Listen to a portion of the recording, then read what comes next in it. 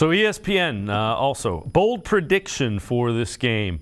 And they say Jackson will not throw an interception, breaking a 4-game streak.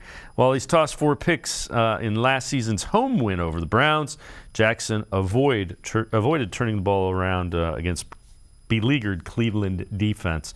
The fact that they figure Jackson not throwing an interception is a bold prediction, I kind of like hearing that because the Browns defense could use some turnovers. They have not been able to do that. That has been a concern all season long.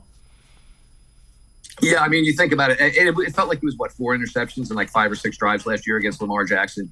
And, we saw maybe the beginning of the end of Lamar Jackson's season last year, banged up. Team wasn't playing well, just didn't work out in that respect. But now you have to start making plays here. Like, one of the biggest things on defense, and it's not just holding people or holding them to field goals, it's flipping the field through turnovers. It's getting, pick sixes. You were fortunate last week. Myles Garrett was able to get the strip sack, put the Browns in, was able to save a drive, get the Browns some points here. You think Jadeveon Clowney is a player that can do those things for you as well. Denzel Ward will be out again here. He had an interception earlier against Atlanta. It's just not something they did it more last year, which created a lot of success for them. And turnovers are kind of like it's kind of like a virus thing. Like, it picks up. Like, once you get 1 or 2, it seems like you're able to get a bunch of turnovers for a few weeks. But it's also in the same respect when you're not getting even one. It seems like it goes a couple of games where you're not getting any.